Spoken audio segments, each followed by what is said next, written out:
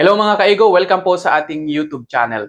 Mga kaigo, sa mga hindi pa po nagkakaroon ng kopya doon sa bagong Table of Specification or TOS ng Criminology Board Exam, ganito po ang gagawin ninyo. Especially po sa mga hindi pa alam kung saan ida-download yung TOS 2024. So ganito po mga kaigo. Unang-una mga kaigo, ito muna po kung laptop ang gamit mo. Okay, kung laptop po ang gamit mo, ito po ang gagawin mo. So, punta lang po kayo sa Google Chrome. I-type lo lang po yung PRC.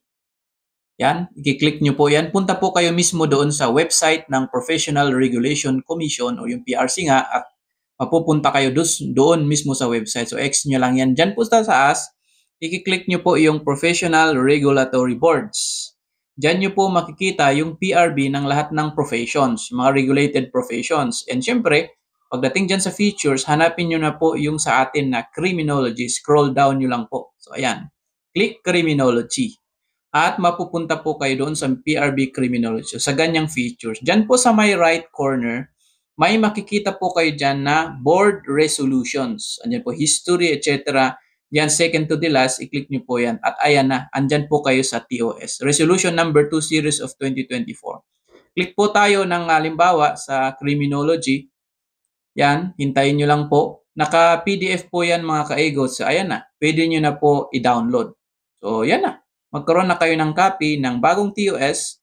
Ngayon naman mga ka-ego, kung cellphone naman po ang gamit mo. So, ito po ang dapat mong gawin.